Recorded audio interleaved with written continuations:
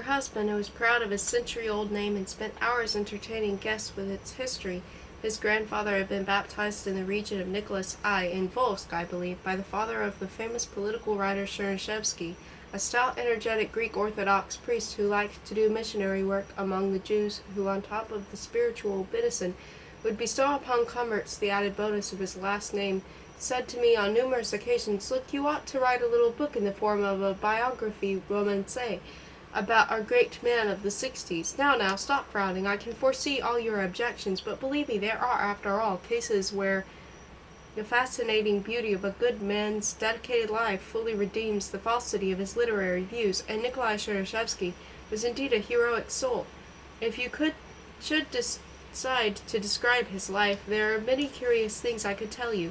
I had no desire at all to write about that great man of the 60s, and even less to write about Yasha, as his mother persistently counseled for her part, so that taken together here was an order for complete history of their family. But while I was both amused and irritated by these efforts of theirs to channel my muse, I nevertheless felt that before long Madame Chernyshevsky would have me cornered, and just as I was compelled to put on Yasha's necktie on my visits to her, until it occurred to me to say I was shaving it for special occasions, I would have to undertake writing a long, short story depicting Yasha's fate. At one time I was even weak enough or bold enough, perhaps, to ponder how I might tackle the subject, if by any chance any corny man of ideas, any serious novelist in horn-rimmed glasses, the family doctor of Europe and the seismographer of its social tremors, would no doubt have found in the story something highly characteristic of the frame of mind of young people in the post-war years, a combination of words which in itself, even apart from the general idea it conveyed, made me speechless with scorn. I used to feel a cloying nausea when I heard on read the lavest drivel, vulgar and humorless drivel, about the symptoms of the age and the tragedy of youth, and since I could not be kindled by Yasha's tragedy through his mother did think I was afire, I would have become mired involuntarily in a deep social interest novel with disgusting Freudian reek.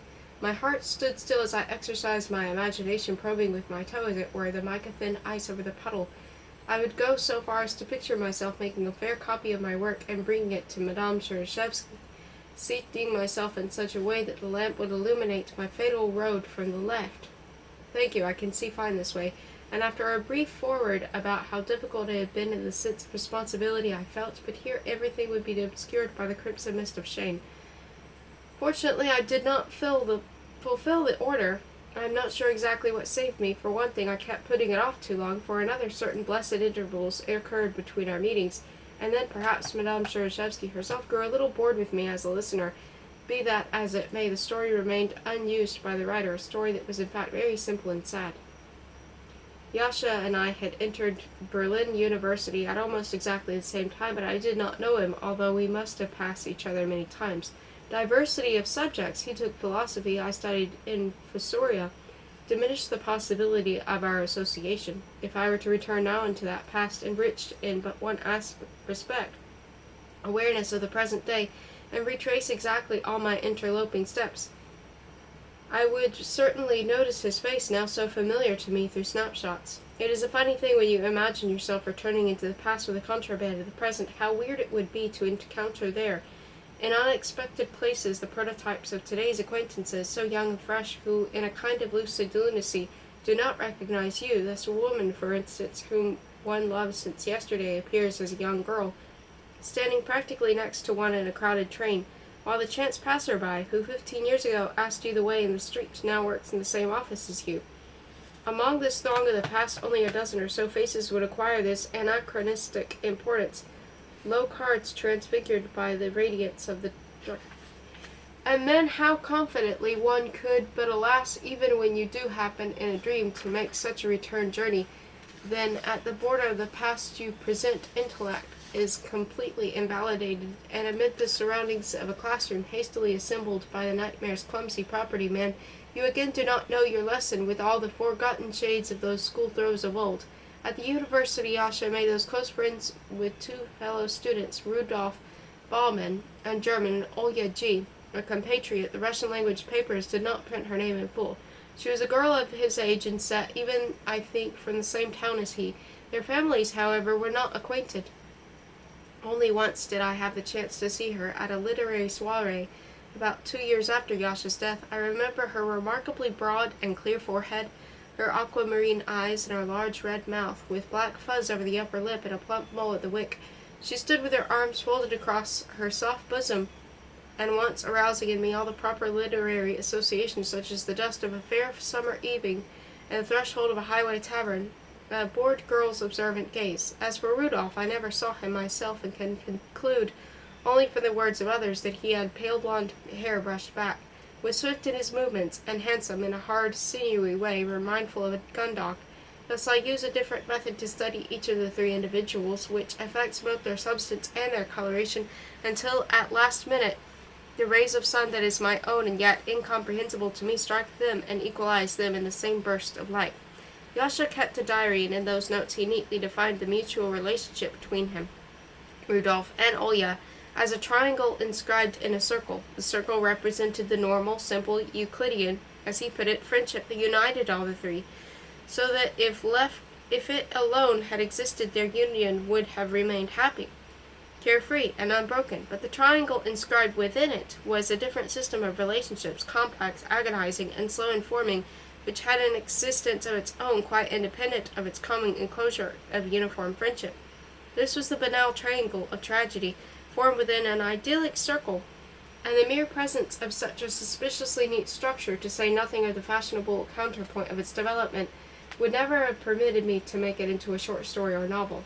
I am fiercely in love with the soul of Rudolph, wrote Yasha in his agitated neo-romantic style. I love its harmonious proportions, its health, the joy it has in living. I am fiercely in love with this naked, sun-tanned, lithe soul, which has an answer to everything, and proceeds through life as a self-confident woman does across a ballroom floor. I can imagine only, in the most complex, abstract manner, next to which Kant and Hegel are child's play, the fierce ecstasy I would experience if only what? What can I do with this soul? This is what kills me, this yearning for some most mysterious tool. Thus Albrecht Koch yearned for golden logic in the world of madmen. My blood throbs, my hand grows icy like a schoolgirl's when I remain alone with him. And he knows this, and I become repulsive to him, and he does not conceal his disgust. I am fiercely in love with his soul, and this is just as fruitless as falling in love with the moon. Rudolph's squeamishness is understandable, but if one looks at the matter more closely, one suspects that Yasha's passion was perhaps not so abnormal after all, that his excitement was after all very much akin to that of many a Russian youth in the middle of the last century, trembling with happiness when, raising his silky eyelashes, his pale-browed teacher, a future leader, a future martyr, would turn to him, and I would have refused to see in Yasha's case an incorrigible deviation had Rudolph been to the least degree a teacher, a martyr, a leader, and not what he really was, a so-called Bursch, a German regular guy, notwithstanding a certain propensity for obscure poetry, lame music, lopsided art, which did not affect in him that fundamental soundness by which Yasha was captivated, or thought he was. The son of a respectable fool of a professor and a civil servant's daughter, he had grown up in a wonderful bourgeois surroundings, between a cathedral-like sideboard and the backs of dormant books. He was good-natured, though not good, sociable, and yet a little skittish, impulsive, and at the same time calculating. He fell in love with Olya conclusively after a bicycle ride with her and Yasha in the Black Forest, a tour which, as he later testified at the inquest, was an eye-opener for all three of us. He fell in love with her on the lowest level, primitively and impatiently, but from her he received a sharp rebuff, made the stronger by the fact that Olya, an indolent, grasping, morosely freakish girl, had in her turn, in those same fair woods, by the same round black lake, realized she had fallen for Yasha, who was just as oppressed by this as Rudolph was by Yasha's ardor, as she herself was the ardor of Rudolph, so that the geometric relationship of their inscribed feelings was complete, reminding one of the traditional and somewhat mysterious interconnections in the dramatis personae of the 18th century French playwrights, where X is the amante of Y, the one in love with Y, and Y is the amant of Z, the one in love with Z. By winter, the second winter of their friendship, they had become clearly aware of the situation the writer was spent in studying its hopelessness.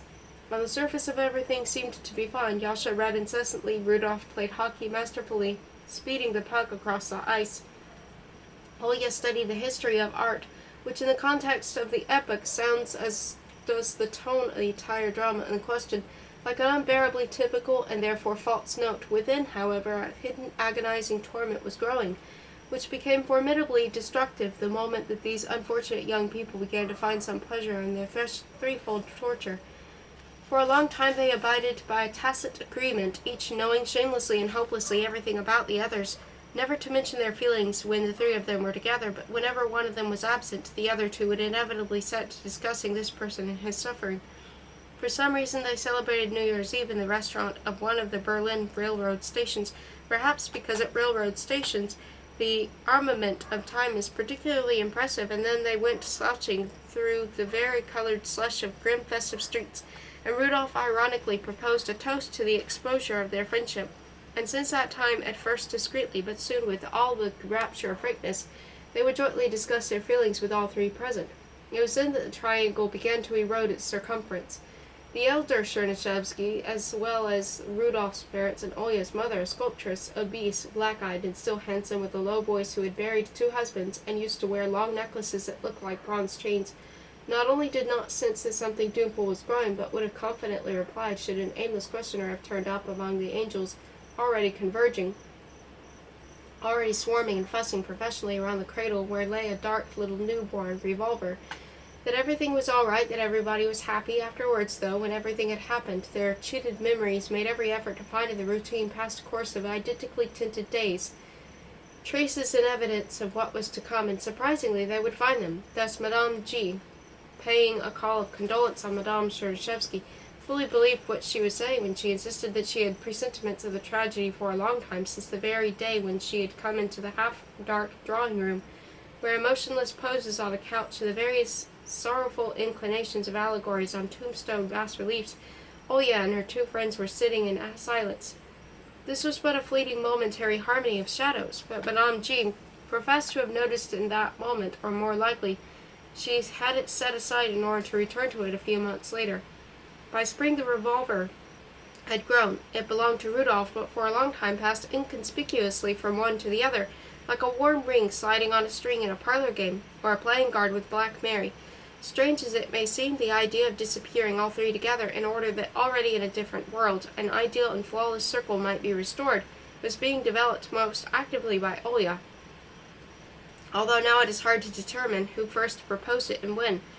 The role of a poet in this enterprise was taken by Yasha. His position seemed the most hopeless, since after all it was the most abstract.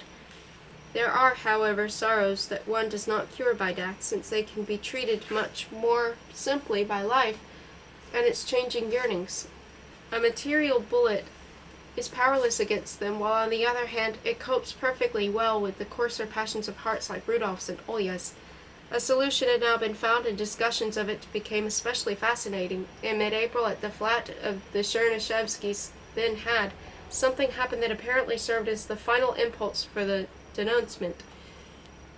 Yasha's parents had practically left for the cinema across the street. Rudolph was unexpectedly got drunk and let himself go. Yasha dragged him away from Olya, and all this happened in the bathroom, and presently Rudolph, in tears, was picking up the money that had somehow fallen out of his trouser pockets.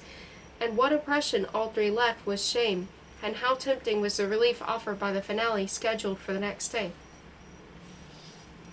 After dinner on Thursday the 18th, which was also the 18th anniversary of the death of Olya's father, they equipped themselves with a revolver, which had become by now quite burly and independent in light flimsy weather, with a damp west wind and the violet rust of pansies in every garden, set off on streetcar 57 for Grunwald, where they planned to find a lonely spot and shoot themselves one after the other.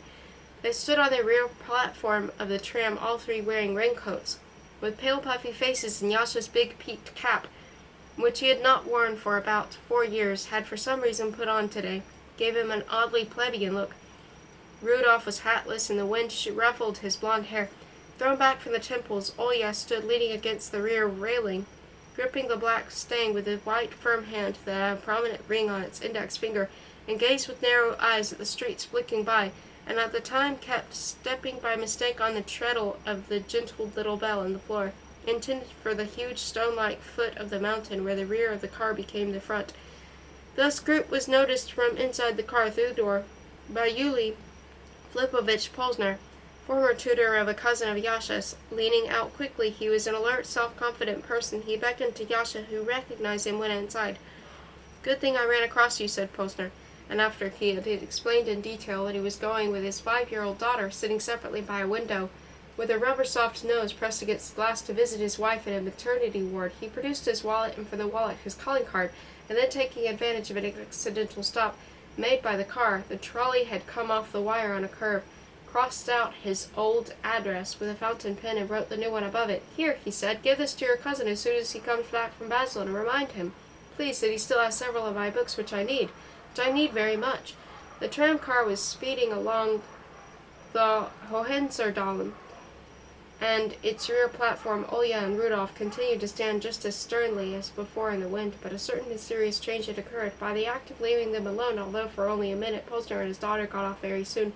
Yasha had, as it were, broken the alliance, and had initiated his separation from them, so that when he rejoined them on the platform, he was, though as much unaware of it as they were, already on his own, and the invisible crack, in keeping with the law governing cracks, continued irresistibly to creep and widen. In the solitude of the spring forest, where the wet, dun birches, particularly the small ones, stood around blankly with all their attention turned inside themselves, not far from the dove-gray lake, on whose vast shore there was not a soul except for a little man who was tossing a stick into the water in request of his dog, they easily found a convenient lonely spot and right away got down to business. To be more exact, Yasha got down to business.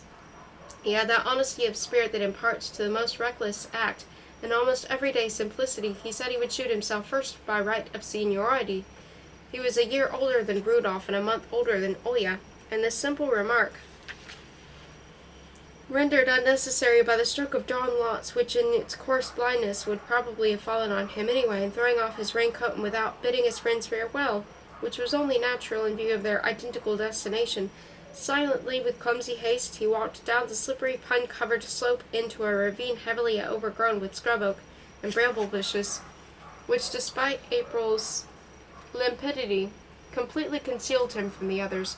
These two stood for a long time waiting for the shot. They had no cigarettes with them, and Rudolph was clever enough to feel in a pocket of Yasha's raincoat when he found an unopened pack.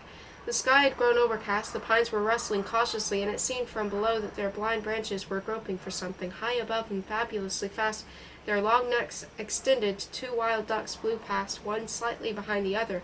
Afterwards, Yasha's mother used to show the visiting card, dibbling Julius Posner, on the reverse of which Yasha had written in pencil, "Mummy, Daddy, I am still alive. I am very scared. Forgive me."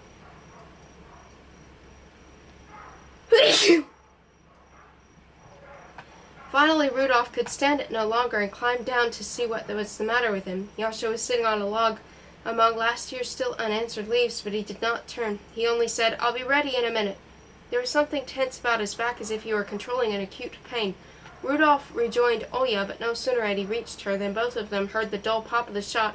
While in Yasha's room, life went on for a few more hours as if nothing had happened. The cast-off banana skin on a plate, the volume of Aminsky's poems, the cypress chest and that of Kodasevich's, the heavy lyre on chair by the bed, the ping-pong bat on the couch. He was killed outright. To revive him, however, Rudolph and Olya dragged him through the bushes to the reeds, and there desperately sprinkled him and rubbed him so that he was all smudged with earth, blood, and silt when the police later found the body. Then the two began calling for help, but nobody came. Architect Ferdinand Stockschmeiser had long since left with the wet sitter. They returned to the place where they had waited for the shot, and here dusk begins to fall in the story. The one clear thing is that Rudolph, whether because a certain terrestrial vacancy had opened for him and because he was a coward, lost all desire to shoot himself, and Olya, even if she had persisted in her intention, could do nothing, since he had immediately hidden the revolver in the woods, where it had grown cold and dark, with a blind drizzle crepitating around. They remained for a long time, until a stupidly late hour. Rumor has it that it was then that they became lovers, but this would be really too flat.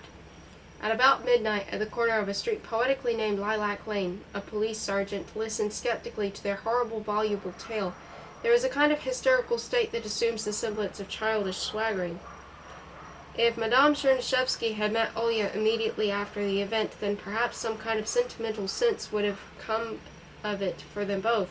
Unfortunately, the meeting occurred only several months later, because in the first place Olya went away, and in the second, Madame Chernyshevsky's grief did not immediately take on that industrious and even enraptured form that Fedor found when he came on the scene. Olya was in a certain sense unlucky, and so happened that Olya had come back for her stepbrother's engagement party, and the house was full of guests. And when Madame Chernyshevsky arrived without warning beneath a heavy mourning veil, and a choice selection from her sorrowful archives, photographs, letters, and her handbag, all prepared for the rapture of shared tears, she was met by a morosely polite, morosely impatient young woman in a semi-transparent dress with blood-red lips and a fat white powdered nose, and one could hear from the little side room where she took her guests the wailing of the phonograph, and of course no communion of souls came of it. All I did was take a long look at her, recounted Madame Chernyshevsky, after which she carefully snipped off on many little snapshots both of Olya and Rodolphe. The latter, however, had visited her at once and had rolled at her feet and pounded his head on the soft corner of the divan and then walked off with his wonderfully bouncy stride down the Kurfürstendamm, which glistened after a spring shower. Yasha's death had its most painful effect on his father. He had to spend the whole summer in a sanatorium, and he never really recovered. The partition dividing the room temperature of reason from the infinitely ugly, cold, ghostly world into which Yasha had passed suddenly crumbled, and to restore it was impossible, so that the gap had to be draped in makeshift fashion, and one tried not to look at the streaming folds. Ever since that day the other world began to seep into his life. But there was no way of resolving this constant intercourse with Yasha's spirit, and he finally told his wife about it, in the vain hope that he might thus render harmless a phantom that secrecy had nurtured. The secrecy must have grown back, for soon again he had to seek the tedious, essentially mortal, glass and rubber help of doctors. Thus he lived only half in our world, at which he grasped the more greedily and desperately, and when one listened to his sprightly speech and looked at his regular features, it was difficult to imagine the unearthly experiences of this healthy-looking, plump little man with his bald spot and the thin hair on either side. But then all the more strange was the convulsion that suddenly disfigured him, and also the fact that sometimes for weeks on end he wore a gray cloth glove on his right hand. He suffered from eczema, hinted eerily at a mystery. As if repelled by his life's unclean touch, or burned by another life, he was reserving his bare handclasp for inhuman, hardly imaginable meetings.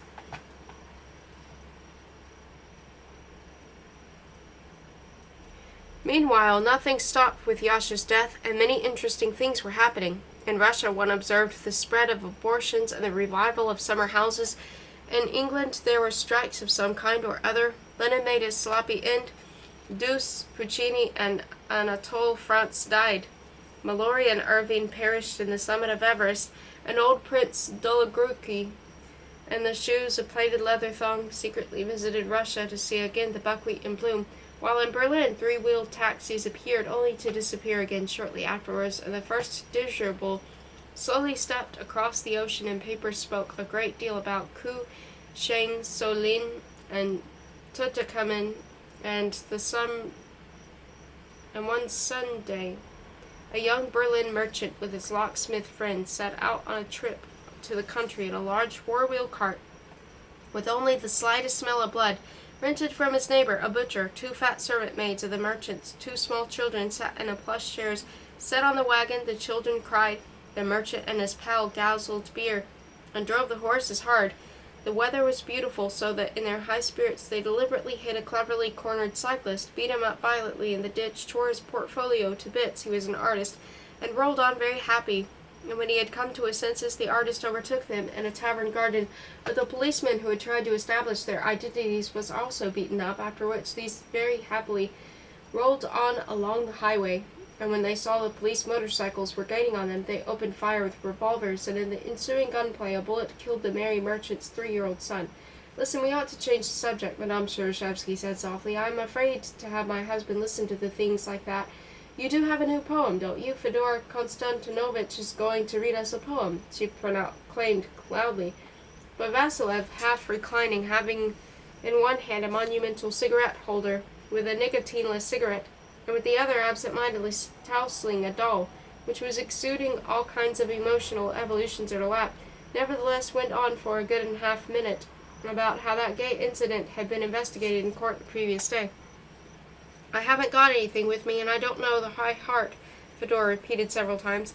Cherishevsky quickly turned to him and put his small, hairy hand on his sleeve. "I have a feeling you are still cross with me. You're not? Word of honor? I realized afterwards what a cruel joke it was. You don't look well. How are things going?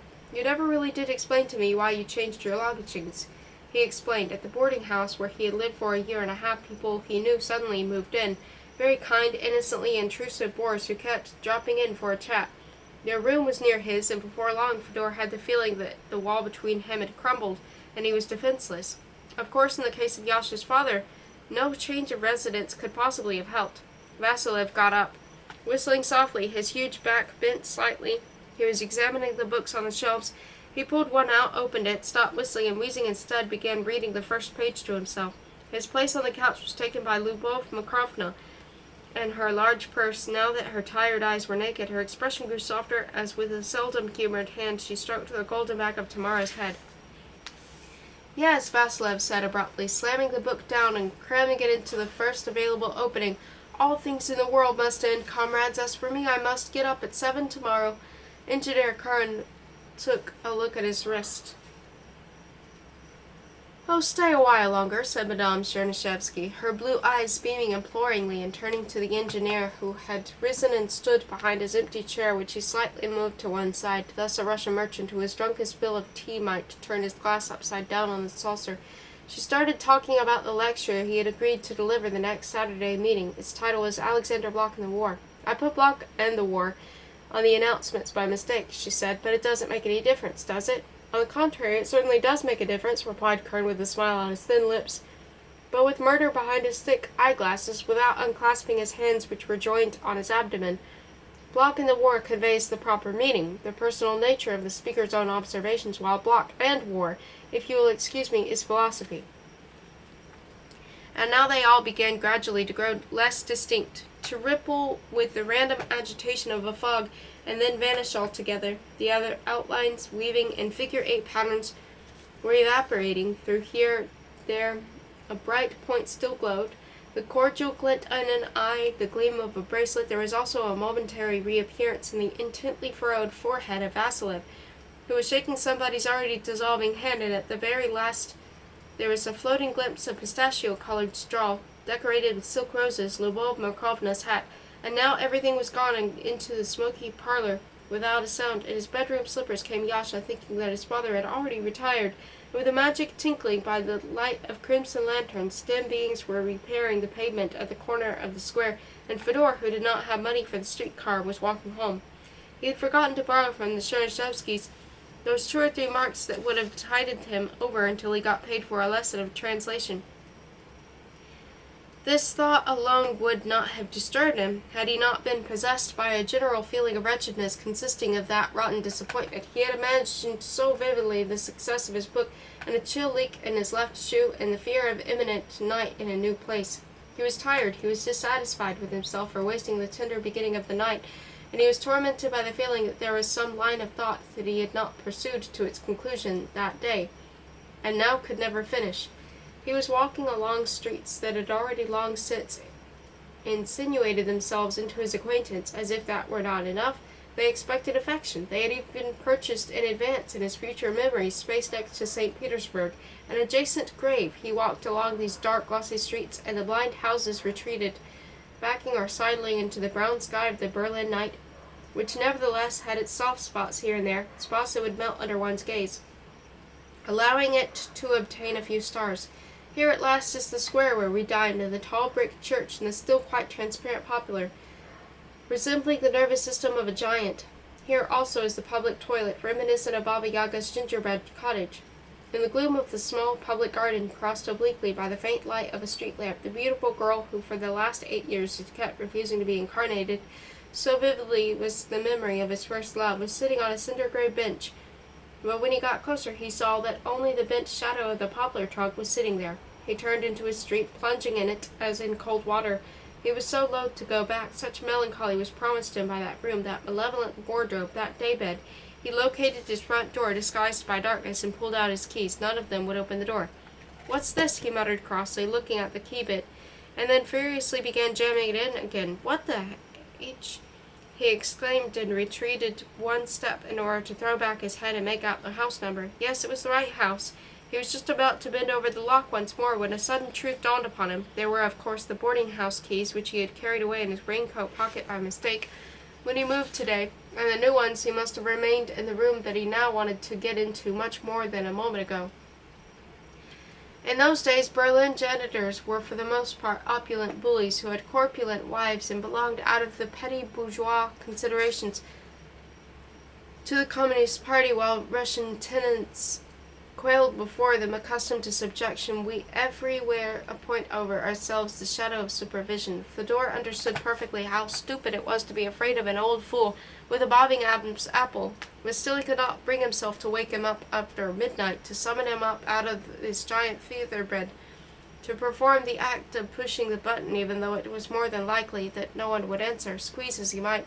He could not bring himself to do it, especially because he did not have that 10-penny coin, without which it was unthinkable to walk past the palm, grimly cupped at the hip level, confident at receiving its tribute. What a mess, he whispered, stepping away and feeling from behind the weight of a sleepless night settling on him from head to heels, a leaden twin whom he must carry somewhere or other. How stupid, cat glupo, he added, pronouncing the Russian glupo with the soft French L, as his father used to do in a mildly jocular, absent-minded way, when perplexed. He wondered what to do next. Wait for somebody to come out? Try to find the black-caped night watchman who looked after door locks on residential streets? Force himself, after all, to blow up the house by ringing the bell? Fedor began pacing the sidewalk to the corner and back. The street was echoic and completely empty. High above it, milk-white lamps were suspended, each on its own transverse wire beneath the closet. Closest one, a ghostly circle, swung with a breeze across the wet asphalt, and this swinging motion, which had no apparent relation to him, with a sonorous tambourine-like sound, nevertheless nudged something off the brink of his soul, where that something had been resting, and now, no longer with the former distant call, but with reverberating loudly, and close by rang out, "Thank you, my land, for your remotest." And immediately, in a turning wave, "Most cruel mist, my thanks are due," and again flying off in search of an answer. By you, I noticed. He was somnambulistically talking to himself as he paced a non-existent sidewalk. His feet were guided by local consciousness, while the principal Fedor Konstantinovich, and in fact the only Fedor Konstantinovich that mattered, was already peering into the next shadowy strofe, which was swinging some yards away, and which was destined to resolve itself in a yet unknown but specifically promised harmony. "Thank you, my land," he began again, aloud, gathering momentum afresh. But suddenly the sidewalk turned back to stone under his feet. Everything around him began speaking at once, and instantly sobered, he hurried to the door of his house, for now there was a light behind it. A middle-aged woman with high cheekbones, a caracal jacket over her shoulders, was letting a man out and had paused together with him at the door. "So don't forget to do it, dear," she was saying in a drab, everyday voice. When Fedor arrived and grinning and immediately recognized her, that morning she and her husband had been meeting their furniture. But he also recognized the visitor who was being let out. It was the young painter Romanov, whom he had run into a couple of times at the editorial offices of the Free Word. With an expression of surprise on his delicate face, whose Hellenic purity was spoiled by dull crooked teeth, he greeted Fedor. The latter awkwardly bowed to the lady, who was rearranging a jacket slipping from her shoulder, and then bounded up the stairs with enormous strides, tripped horribly at the bend, and climbed on, holding the banister. Bleary-eyed Frau Boy, in her dressing gown, was awesome, but did not last long. In his room he groped for the light and found it with difficulty. On the table he saw the glistening keys and the white book. That's already all over, he thought. Such a short time ago he had been giving copies to friends with pretentious or platitudinous inscriptions, and now he was ashamed to recall those dedications, and how all those last few days he had been nurtured by the joy of his book. But after all, nothing much had happened. Today's deception did not exclude a reward tomorrow or after tomorrow. Somehow, or however, the dream had begun to cloy, and now the book lay on the table, completely enclosed within itself, delimited and concluded, and no longer did it radiate those former powerful glad rays. A moment later, in bed, just as his thoughts had begun to settle down for the night and his heart to sink in the snow of slumber — he always had palpitations when falling asleep — Fedor ventured imprudently to repeat himself the unfinished poem, simply to enjoy it once more before the separation by sleep. But he was weak, and it was strong, twitching with avid life, so that in a moment it had conquered him, covered his skin with goose pimples, filled his head with a heavenly buzz, and so he again turned on the light, lit a cigarette, lying supine, the sheet pulled up to his chin, and his feet protruding like Anatolsky's Antokolsky's Socrates, one toe lost to Logano's damp, abandoned himself to all the demands of inspiration. This was a conversation with 1,000 interlocutors, only one of whom was genuine, and this genuine one must be caught and kept within hearing distance. How difficult this is, and how wonderful. And in these talks between tam-tambles, tam-tam my spirit hardly knows, after some 3 hours of concentration and ardor dangerous to life, he finally cleared up the whole thing to the last word, and decided that tomorrow he would write it down, and parting with it he tried reciting softly the good warm farm-fresh lines. Thank you, my land, for your remotest, most cruel mist my thanks are due. But you possessed, by you unnoticed, unto myself I speak of you, and in these talks between somnambules, my inmost being hardly knows, if it's my demency that rambles, or your own melody that grows. And realizing only now that this contained a certain meaning, he followed it through with interest and approved it. Exhausted, happy, with ice-cold souls, the statue lies half-naked in a gloomy park, still believing in the goodness of importance of what he had performed. He got up to turn off the light. In his torn nightshirt, with his skinny chest and long turquoise-veined, hairy legs exposed, he dawdled by the mirror, still with the same solemn curiosity, examining, not quite recognizing himself, those broad eyebrows, that forehead with its projecting point of close-cropped hair. A small vessel had burst in his left eye, and the crimson invading it from the canthus imparted a certain gypsy quality to the dark glimmer of the pupil. Goodness, what a growth on those hollow cheeks after a few nocturnal hours, as if the moist heat of composition had stimulated the hair as well. He turned the switch, but most of the night had dissolved, and all the pale and chilled objects in the room stood like people come to meet someone on a smoky railroad platform. For a long time he could not fall asleep. Discarded word shells obstructed and chafed his brain and pricked his temples, and there was no way he could get rid of them. Meanwhile the room had grown quite light, and somewhere, most likely in the ivy, crazy sparrows, altogether not listening to each other, shrilled deafeningly, big recesses in the little school. Thus began his life in his new hole. His landlady could not get used to his habits of sleeping till noon, lunching none knew how or where, and dining off greasy wrapping paper. His book of poems did not get any reviews after all. Somehow he had assumed it would happen automatically, and had not even taken the trouble of sending out review copies, except for a brief note in Vasilev's Gazeta, signed by the financial correspondent, who expressed an optimistic view of his literary future, and quoted one stanza with a deadly misprint. He came to know Tenneberg Street better, and it yielded him all its fondest secrets, such as the fact that next door in the basement lived an old shoemaker by the name of Kanarenvogel, and there actually was a birdcage, although minus its yellow captive and its purblind widow, among samples of repaired footwear. But as Fedor's shoes, the cobbler looked at him over the top of steel-rimmed spectacles of his guild, and refused to repair them, so Fedor started thinking of buying a new pair. He also learned the name of the upstairs tenants. Having zoomed one day by mistake to the top landing, he read on a brass nameplate, Karl Lorenz, Geschichtsmaler, and one day Romanov, whom he met at a street corner, and who shared a studio in another part of the city with the Geschichtsmaler, told Fedor a few things about him. He was a toiler, a misanthrope, and a conservative, who had spent his whole life painting parades, battles, and the imperial phantom with his star and ribbon, haunting the Sans Souci Park, and who now in the uniformless republic was impoverished and begloomed. He had enjoyed life before 1914, a distinguished reputation, had visited Russia to paint Kaiser's meeting with the Tsar, and while wintering in St. Petersburg had met his present wife, Margarita Lvovna, who at the time a young and enchanting dilettante who had dabbled in all the arts. His alliance in Berlin with the Russian emigre paper had begun by accident as a result of a newspaper advertisement. This Romanov was of quite a different cut.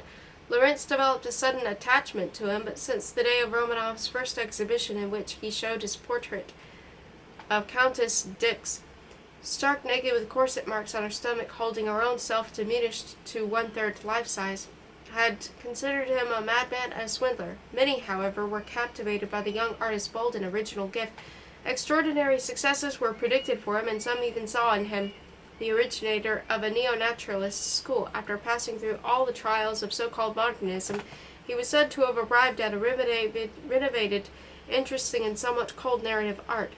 In his early works, a certain trace of cartoonist style was still evident, for example, in a thing of its called Coincidence, where on an advertising post amid the vivid, remarkably harmonious colors of playbills, astral names of cinemas, and other transparent motley, one could read a notice about a lost diamond necklace, with a reward to the finder, which necklace lay right there on the sidewalk, at the very foot of the post, its innocent fire sparkling. In his autumn, though, a black tailor's dummy with its ripped side dumped in a ditch along magnificent maple leaves was already expressiveness of a purer quality. Connoisseurs found in it an abyss of sadness. But his best work to date remained one that had been acquired by a discerning tycoon and had already been extensively reproduced, called Four Citizens Catching a Canary.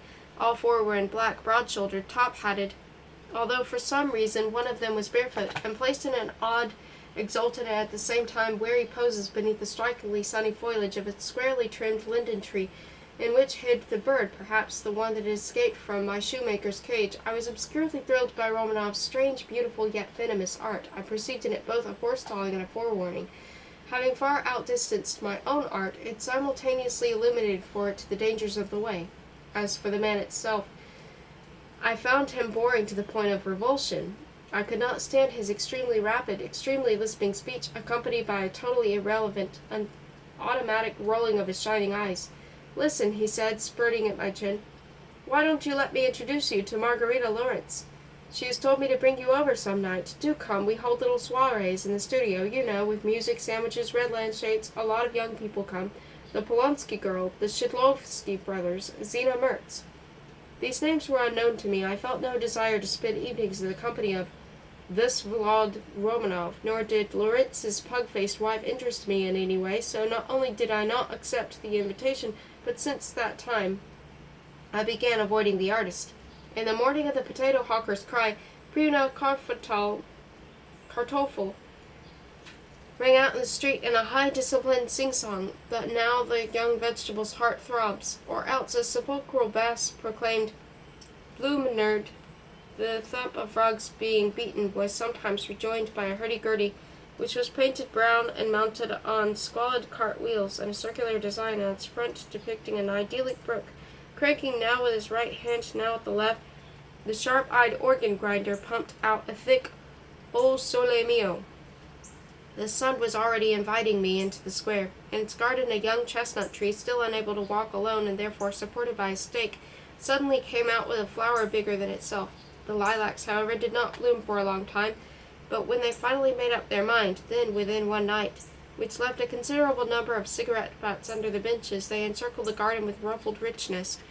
In a quiet lane behind the church, the locust trees shed their petals on a gray June day, and the dark asphalt next to the sidewalk looked as if cream of wheat had been spilled on it.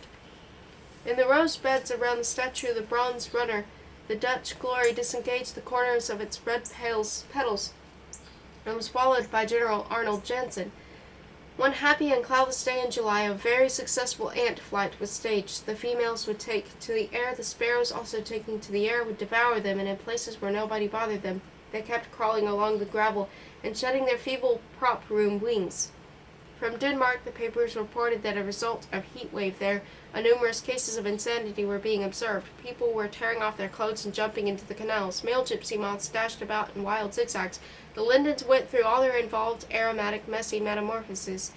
Fedor, in his shirt sleeves and with sneakers on his sockless feet, would spend the greater part of the day in an indigo bench in the public garden, a book on his long tanned fingers, and when the sun beat down too hard, he would lean his head on the hot back of the bench and shut his eyes for long periods. The ghostly wheels of the city revolved through the interior bottomless scarlet, and sparks of children's voices darted past, and the book, open in his lap, became heavier and more unbooklike. Now the scarlet darkened under a passing cloud, and lifting his sweaty neck, he would open his eyes, and once again see the park, the lawn with its marguerites, the freshly watered gravel, the little girl playing hopscotch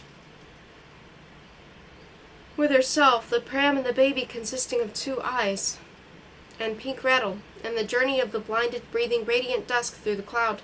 Then everything would blaze once again, and along the dappled street, lined with restless trees, a cold truck would thunder by with the grimy driver on its high bumpy seat, clenching the stalk of an emerald bright leaf in his teeth.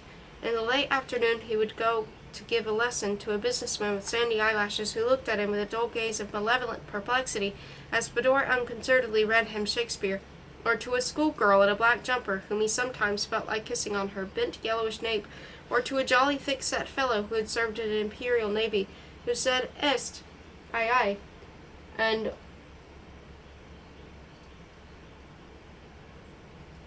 obmozhgovat to dope it out, and was preparing da trapu to blow to Mexico, escaping secretly from his mistress, a 200-pound passionate and doleful old woman who had happened to flee to Finland in the same sleigh as he, and since then, in perpetual jealous despair, had been feeding him meat pies, cream pudding, pickled mushrooms.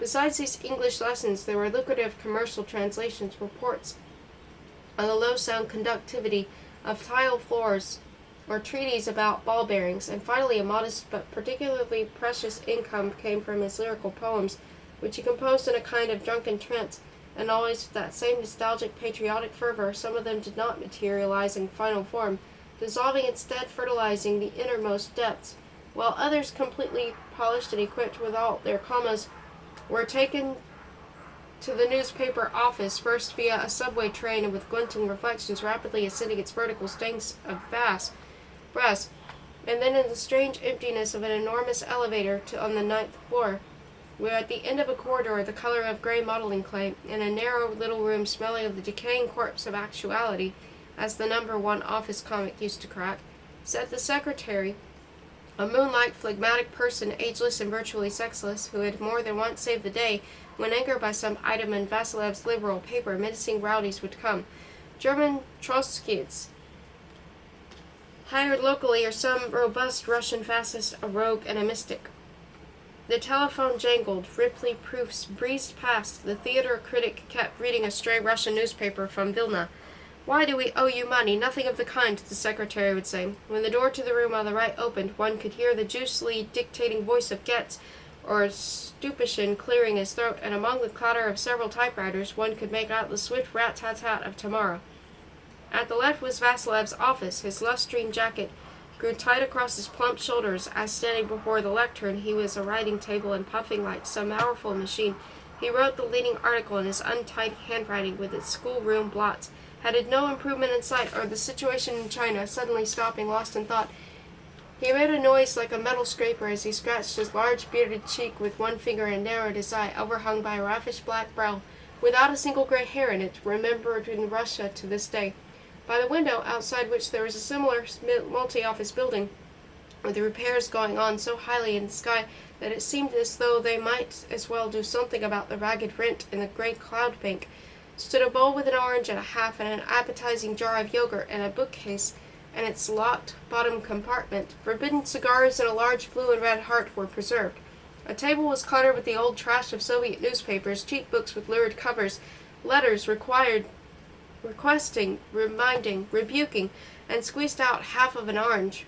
A newspaper page with a window cut out, and a portrait photograph of Vasilev's daughter, who lived in Paris, a young woman with a charming bare shoulder and smoky hair. She was an unsuccessful actress, and there was a frequent mention of her in the cinema column of the Gazeta. Our talented compatriot, Sylvina Lee, although no one had ever heard of the compatriot.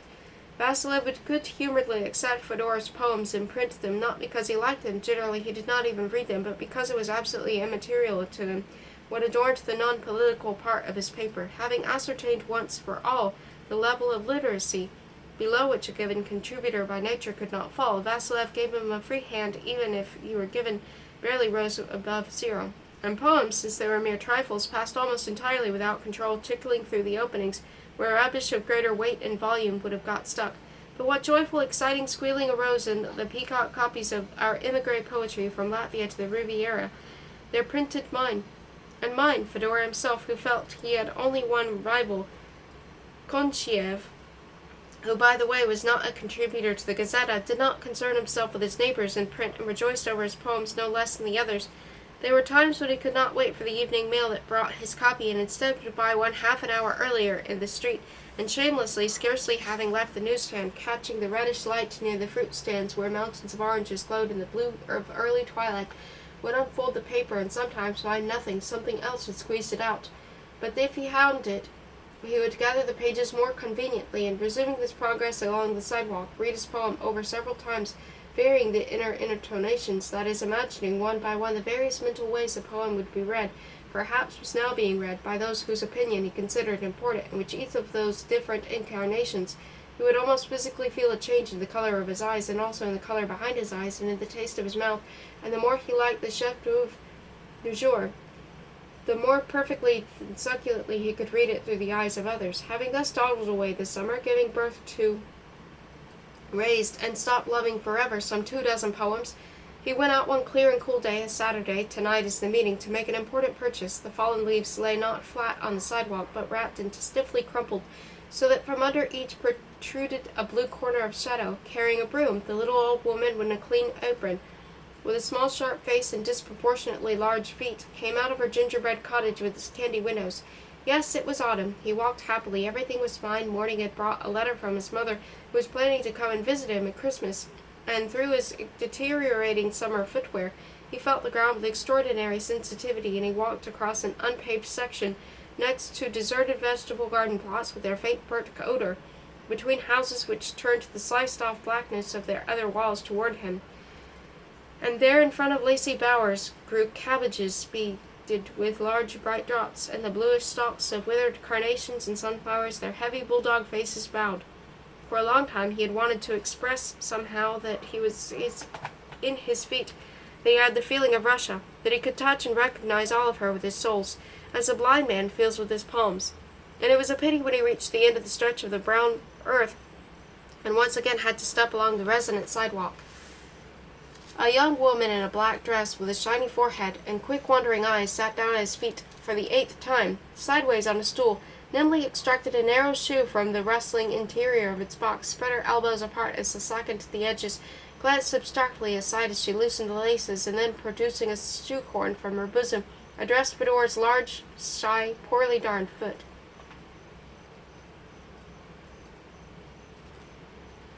Miraculously, the foot fitted inside, but having done so went completely blind. The wiggling of the toes inside had no effect on the exterior smoothness of the taut black leather. With phenomenal speed, the snail's girl tied the lace ends and touched the tip of the two with 2 fingers. "Just right," she said. "New shoes are always a little," she went on rapidly, raising her brown eyes. "Of course, if you wish, we can make some adjustments, but they fit perfectly. See for yourself." And she led him to the X-ray gadget and showed him where to place his foot. Looking down in the glass aperture, he saw, against a luminous background, his own dark, neatly separated phalanges.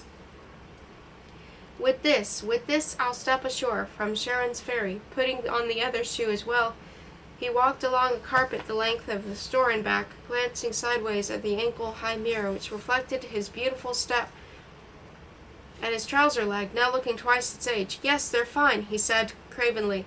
"When he was a child, they used to scrape the glossy black sole with a button-hook, so it would not be slippery." He carried them off to his lesson under his arm, came home, ate, put them on, admiring them apprehensively, and left for the meeting. They do seem all right, after all, for an agonizing beginning. The meeting was at the smallish, pathetically ornate flat of some relatives of Lyubov Markovna's. A red-haired girl in a green dress that ended above her knees was helping the Estonian maid, who was conversing with her in a loud whisper, to serve the tea. Among the familiar crowd, which contained a few faces,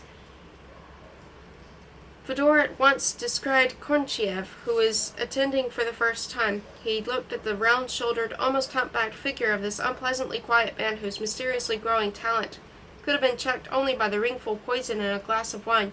This all-comprehending man with whom he had never yet had a chance to have a good talk, he dreamt of having some day, and in whose presence he, writing, burning, and hopelessly summoning his own poems to come to his aid, felt himself a mere contemporary.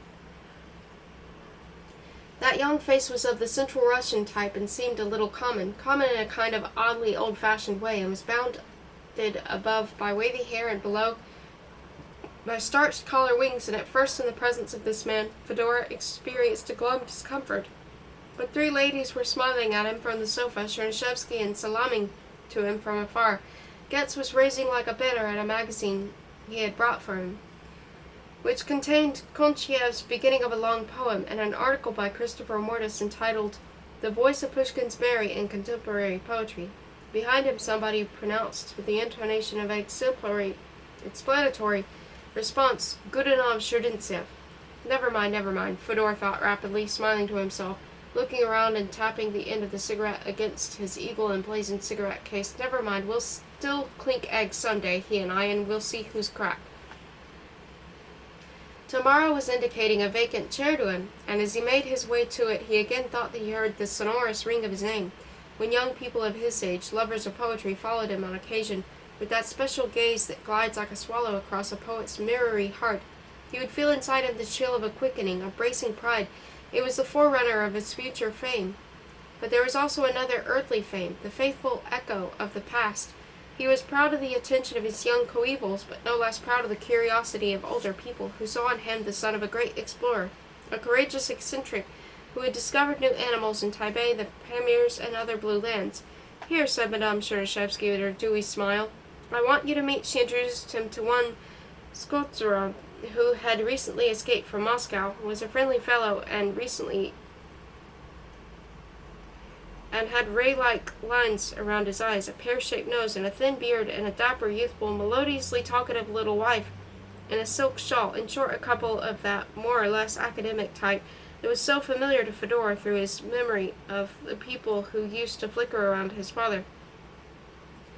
Skotsov, in a courteous and correct terms, began by expressing his amazement at the lack of information abroad about the circumstances surrounding the death of Konstantin Krylovich. "We thought," his wife put in, "that if nobody knew anything back home that was to be expected."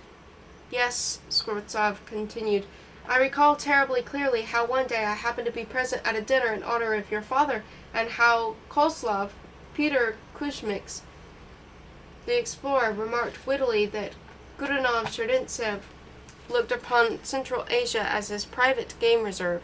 Yes, that was quite a time ago, and I don't think you were born then." At this point, Fedor suddenly noticed that Madame Chernyshevsky was directing a sorrowful, meaningful, sympathy-laden gaze at him. Curtly interrupting Skotsov, he began questioning him without much interest about Russia. "How shall I put it?" replied the latter. "You see, it's like this. Hello, dear Fedor Konstantinovich."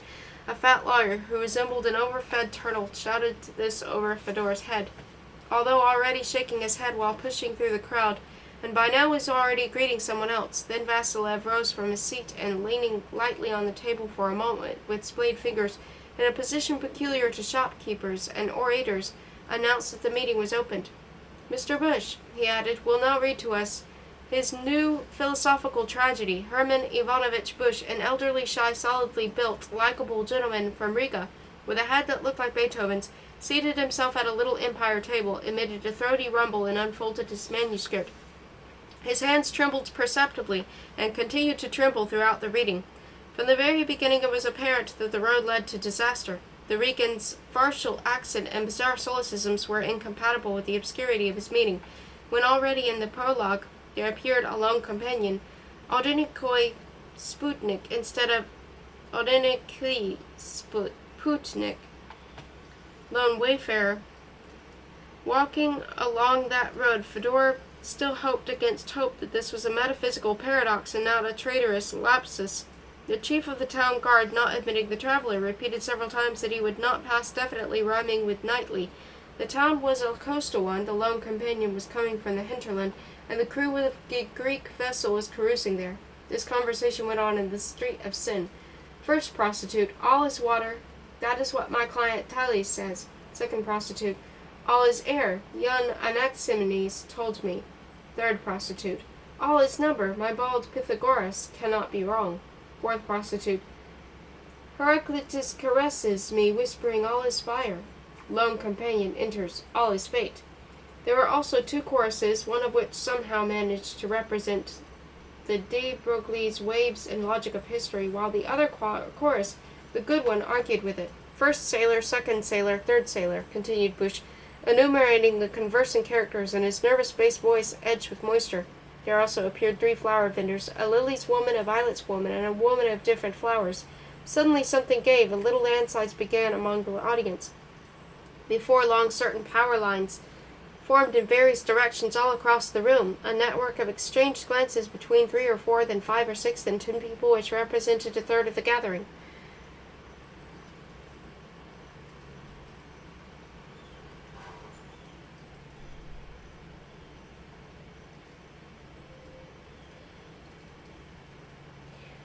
Konchiev slowly and carefully took a large volume from the bookshelf near which he was sitting. Fedor noticed that it was an album of Persian miniatures, and just as slowly turning it this way and that in his lap, he began to glance through it with myopic eyes.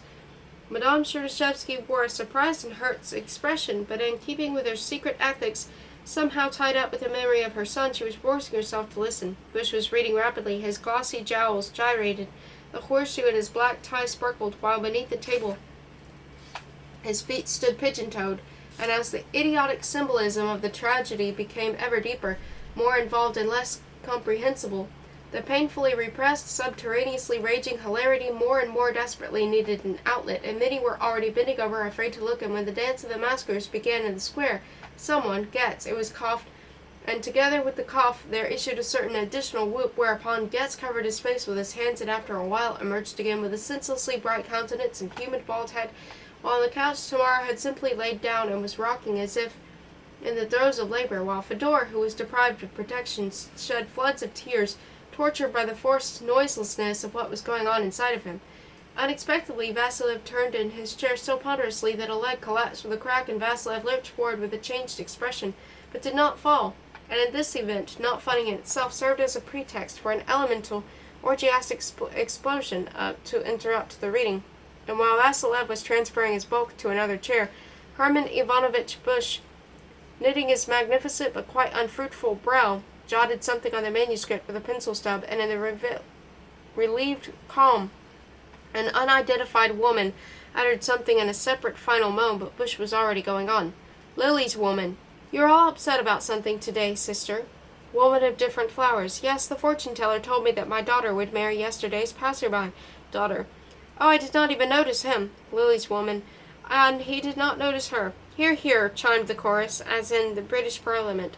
Again there was a slight commotion. An empty cigarette box, on which the fat lawyer had written something, began a journey across the whole room, and everybody followed the stages of its trip. Something extremely funny must have been written on it, but no one read it, as it was passed dutifully from hand to hand, destined for Fedor, and when it finally reached him, he read on it, Later I want to discuss a certain little affair with you.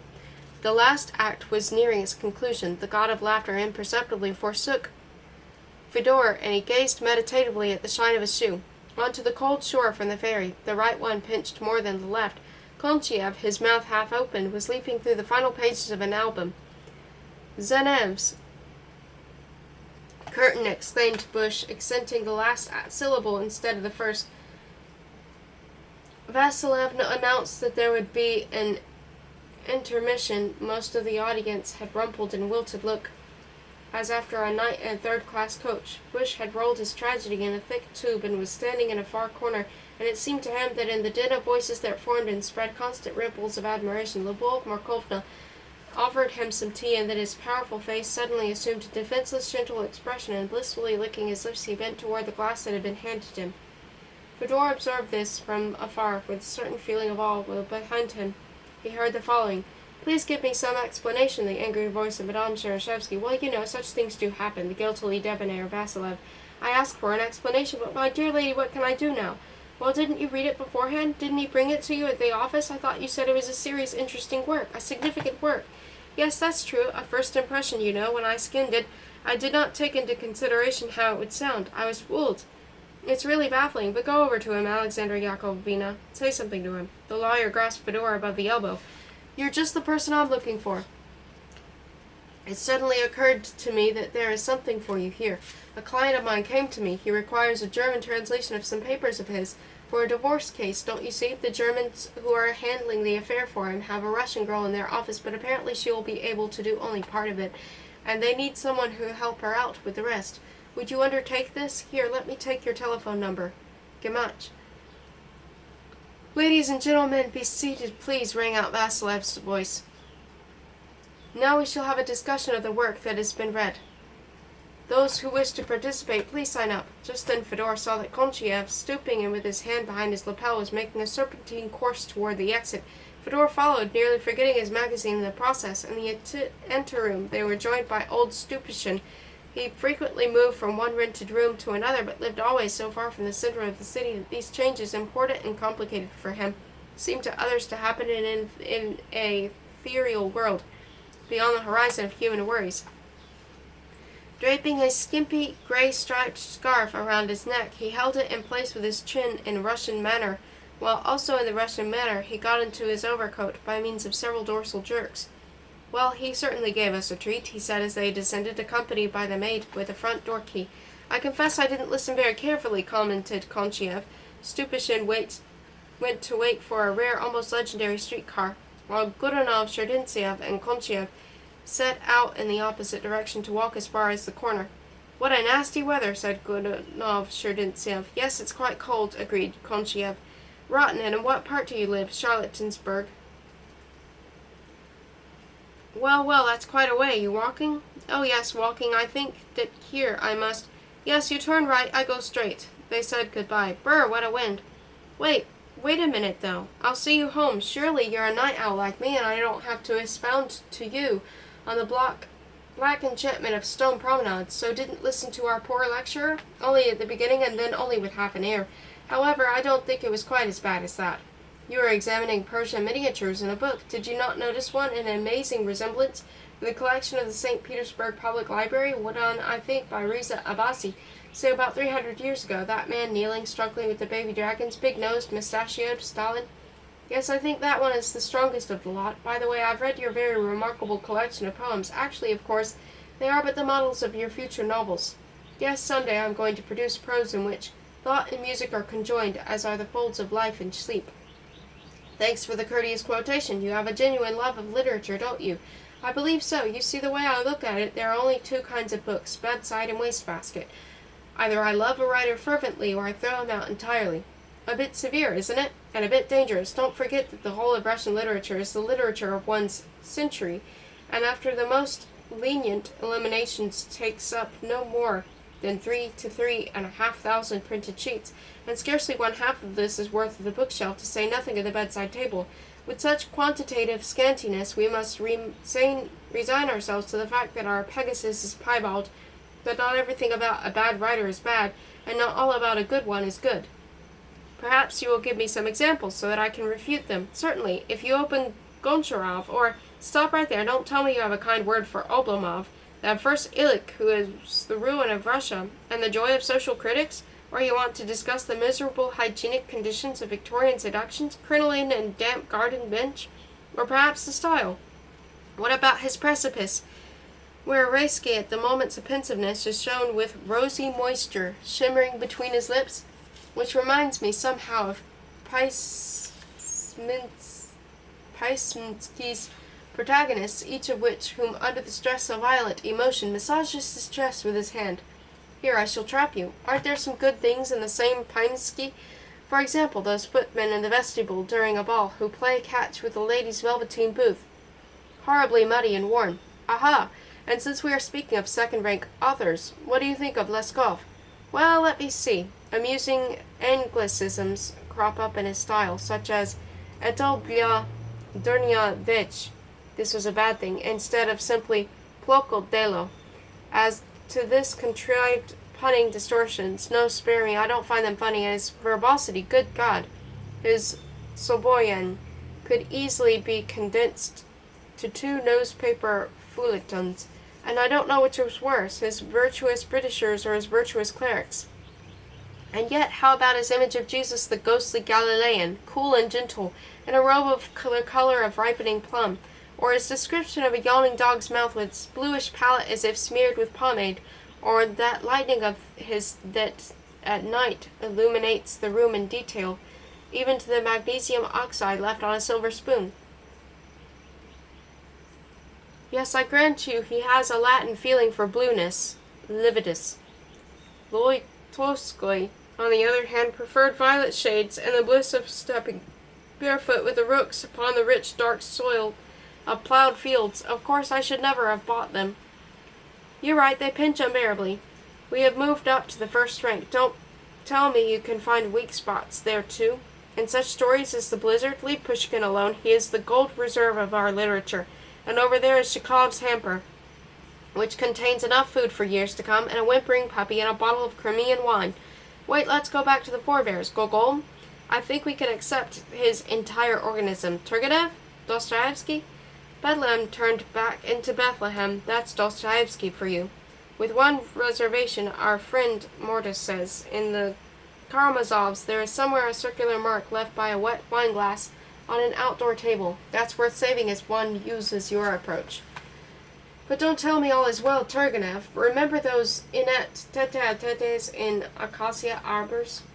The growling and quivering of Bazarov, his highly unconvincing fussing with those frogs, and in general, I don't know if you can stand the particular intonation of the Turgenevian row of dots at the close of a fading phrase and the maudlin endings of his chapters, or should we forgive all his sins because of the grey sheen of Madame Odintsev's black silks and the outstretched hind legs of some of his graceful sentences, those rabbit-like postures assumed by his resting hounds?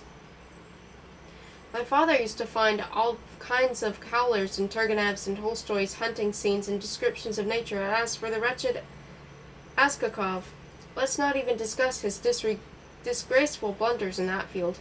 Now that the dead bodies have been removed, we might perhaps proceed to the poets? All right.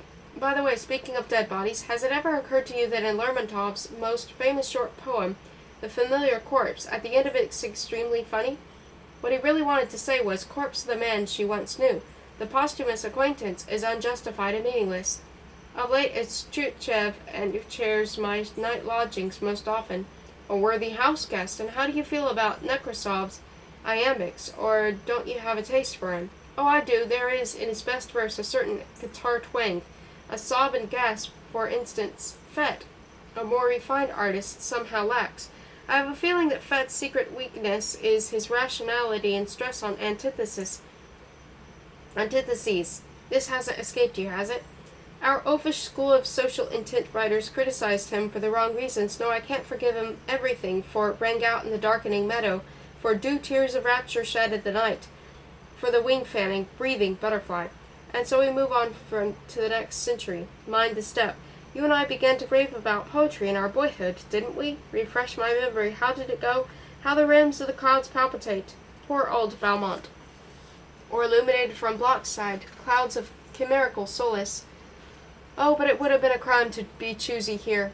My mind in those days accepted ecstatically, gratefully, completely, without the critical carpings of all 5 poets whose names began with B, the 5 senses of the new Russian poetry. I'd be interested to know which of the 5 represents taste. Yes, I know.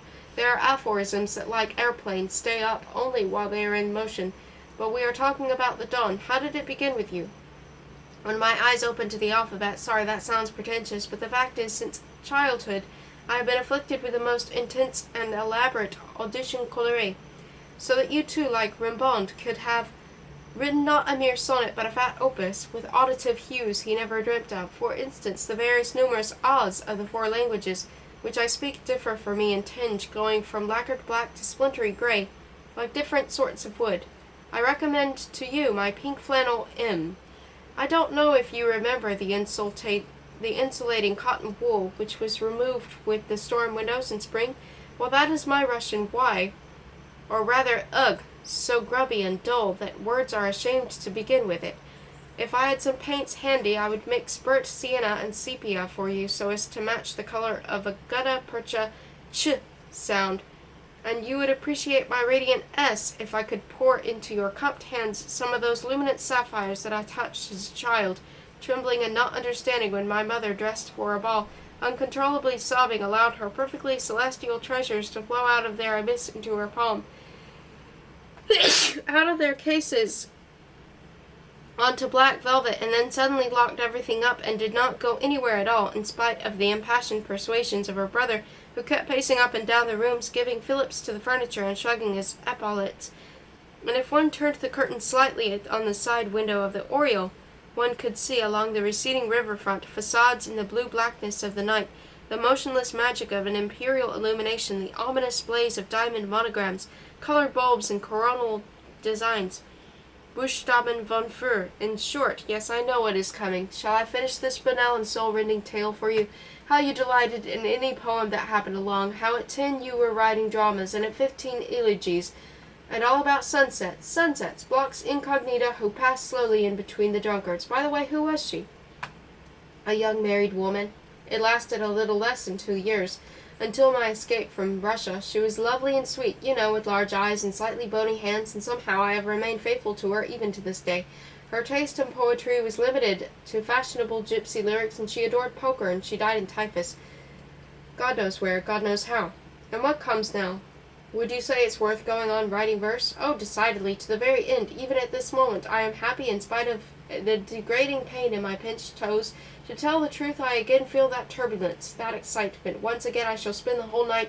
Show me, let's see how it works. It is with this, that from the slow black fairy. No, try again.